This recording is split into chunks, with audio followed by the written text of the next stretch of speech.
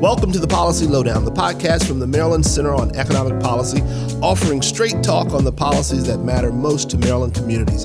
I'm your host, Kevin Slayton.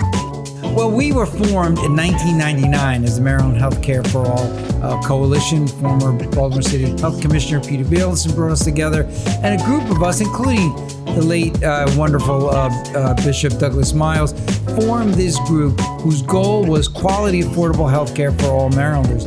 And we spent a lot of time expanding healthcare even before the Affordable Care Act.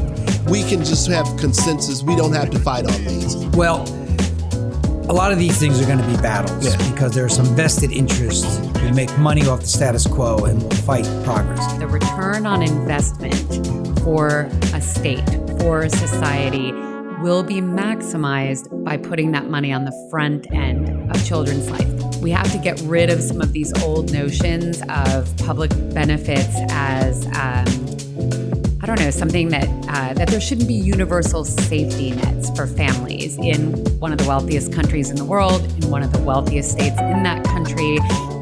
We should be thinking of all of the resources and policies at our disposal. Once we saw that the benefit of public goods were extended to the other, it's a horrible indictment on our nation. We began to push back then and trying to determine who was worthy of those things that generations prior to had benefited and begin to put us on a track towards a much better future. One of the reasons that we find ourselves in the situation that we're in now is that too often policy is made for the middle group, or even worse, for the most powerful. In the NAACP, what we have been saying to policymakers is that all policies must begin with the most vulnerable communities in mind. We are about 3% of kids don't have health insurance in Maryland, a consequence of the ACA health that has been able to bring this number down.